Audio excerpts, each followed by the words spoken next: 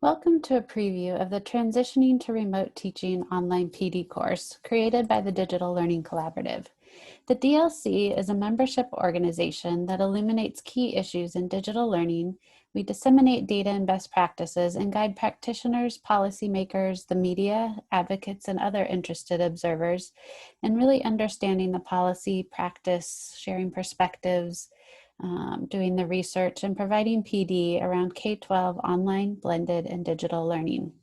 We also host an annual conference to share out these best practices and for practitioners in the field to interact and network to learn from one another.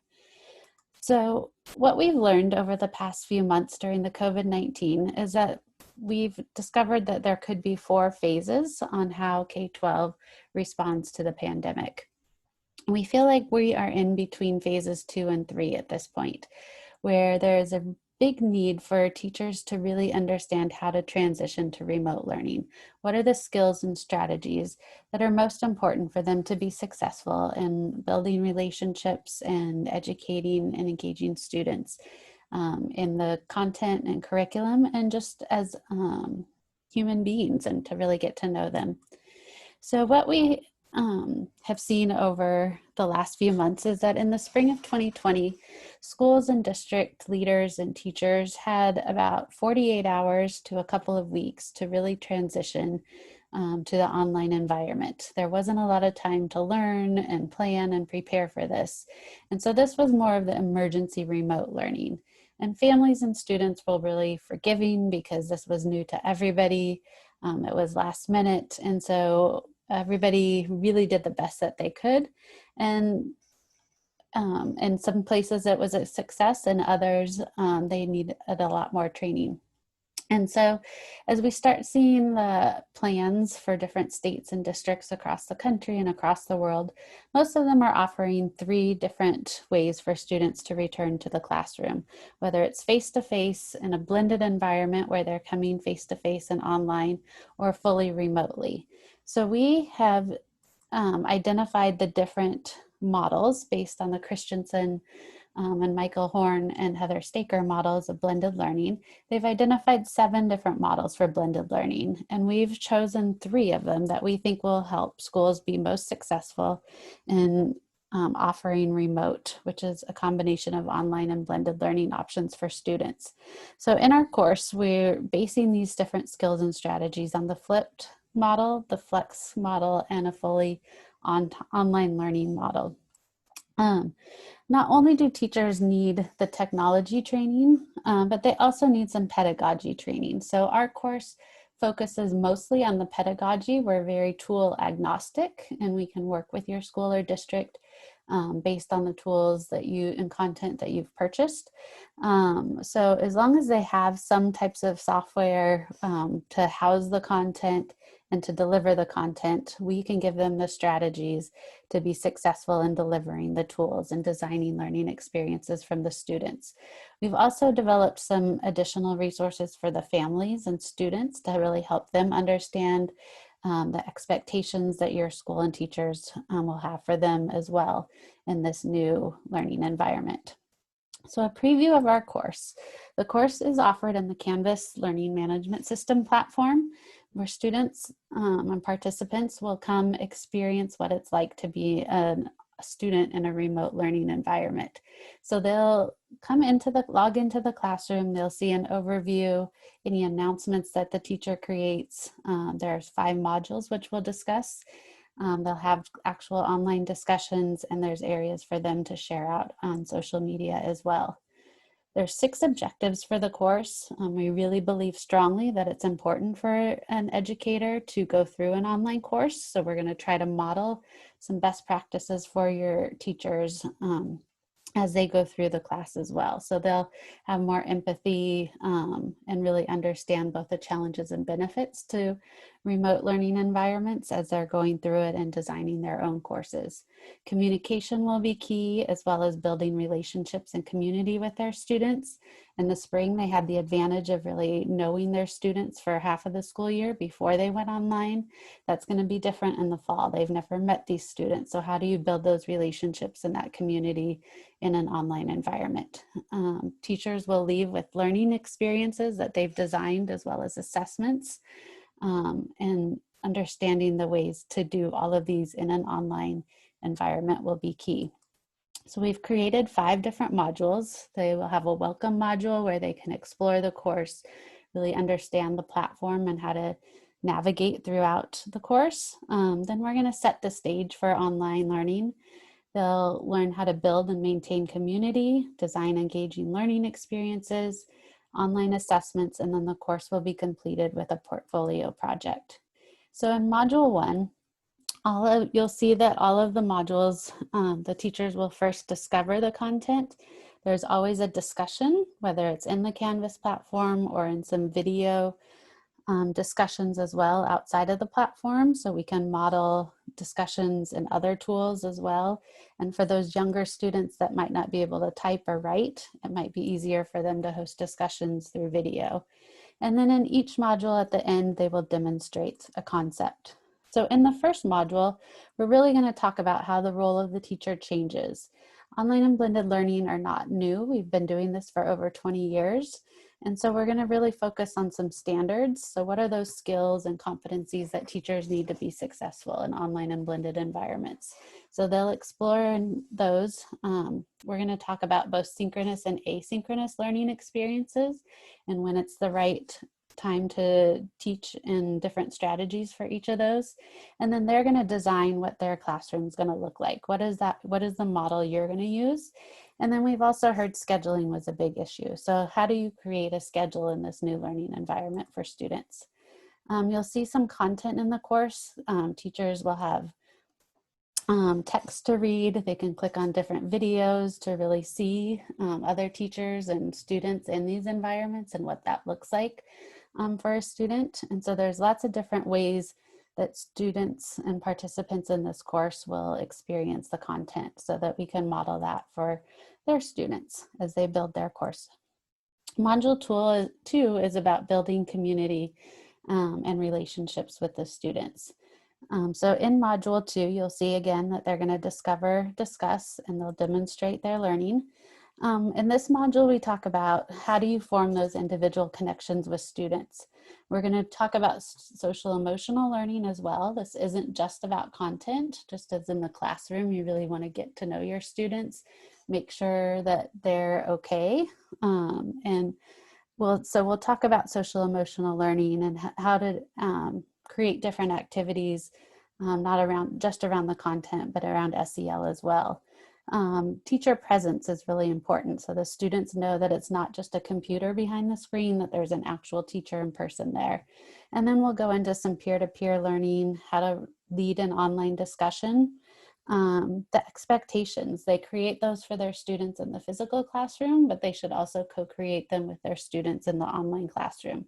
They'll look a little bit different, but how do you do that with the students? And communication is key for not only with the students, but also with their families.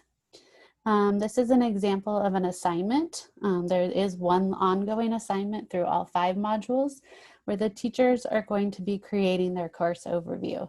So we've provided a template for each of the activities that they can come in and complete themselves or create their own, but they're going to go through and complete this throughout the course. So when they're done, they'll have planned out their entire course for the entire year, what it's going to look like when the students are in a remote environment. Module 3 gets into the designing and engaging learning experiences. Again, you'll see the discover, discuss, and demonstrate. In this module, we talk about the different types of interactivity students have, whether it's with the content, the instructor, with other students, or with the technology, and how does that impact learning in an online environment. We'll talk about how the different courses that may come that your district may have purchased in adaptive learning technology and how they could use that with their students. We'll talk about the 5 E's and how they can really personalize learning for each of their students and provide flexible and authentic experiences. If they don't have access to content that's already been created, how can they find that on the internet and not just recreate and write their own class as they're teaching it? But how do we also evaluate that content to make sure it's really quality and not just pretty? And then a big key issue that we saw in the spring was accessibility in UDL. So that's going to be brought up in Module 3 and how they can ensure that their course is accessible and provides choice for students.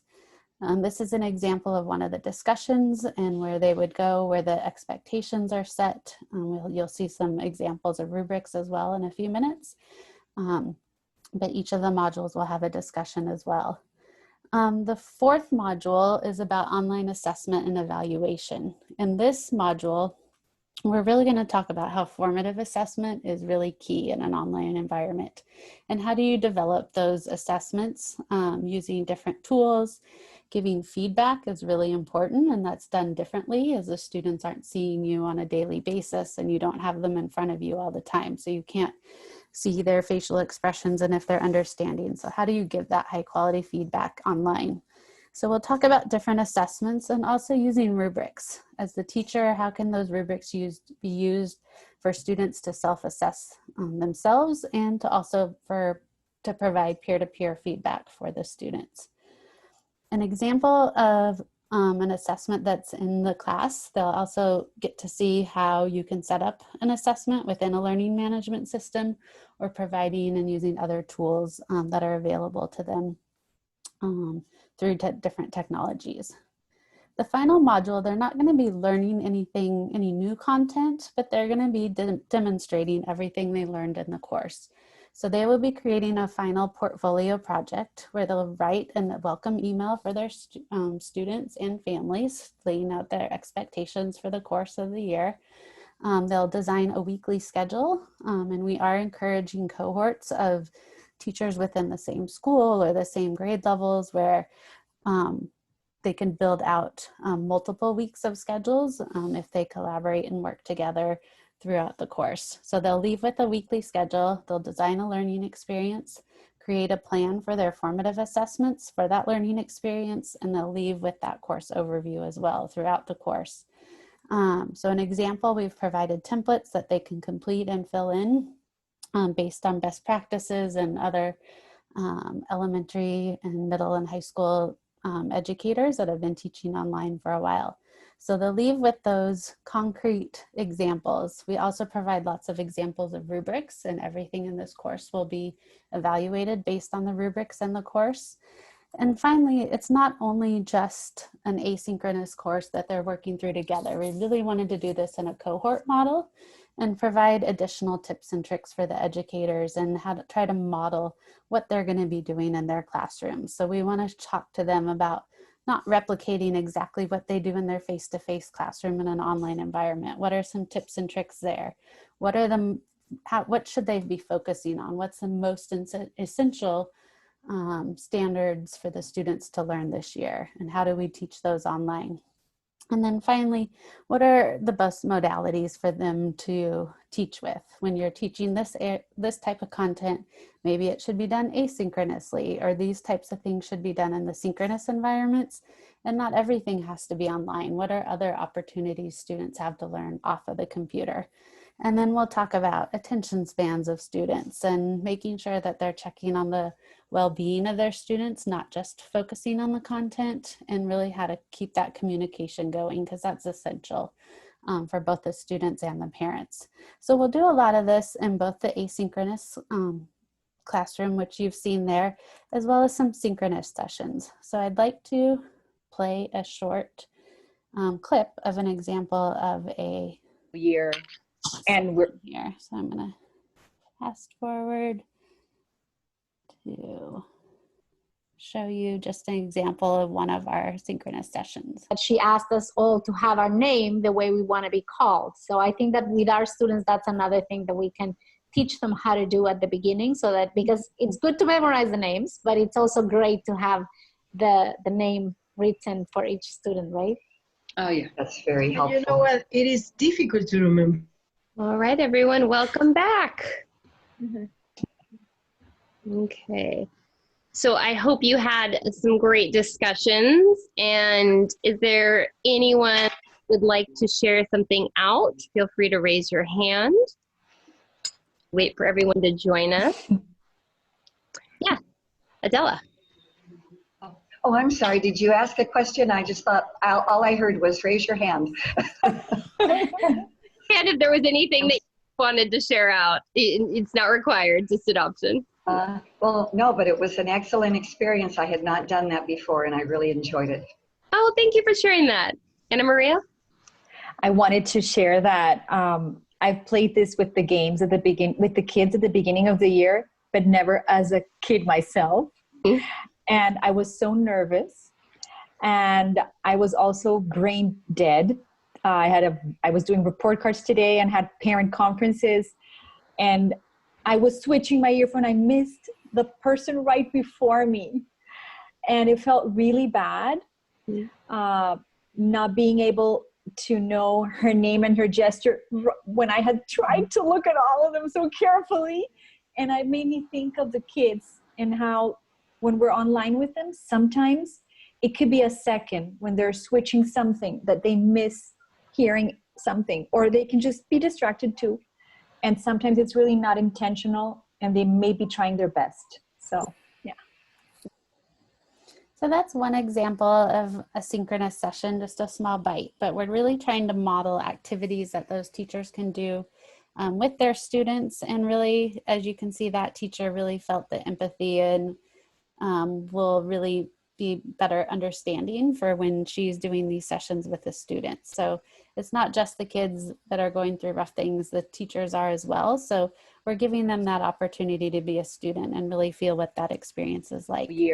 So to conclude, the course was developed by two authors, Lainey Roll, who's an educator, author, international speaker. She's been an online teacher, focused on elementary as well, and done a lot of training across the entire world. Allison Powell is the other author of the course, and she has also been an online blended and face-to-face teacher for elementary school in the Clark County School District, and has created professional learning and the national standards for online and blended teachers as well.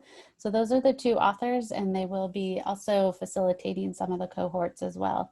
So if you have any questions about the course, we're happy to answer any of them. If you send an email to info@evergreenedgroup.com, we can answer those questions and get you started on the course. So thank you for watching the preview, and we hope you will be participating in the course soon. Thank you.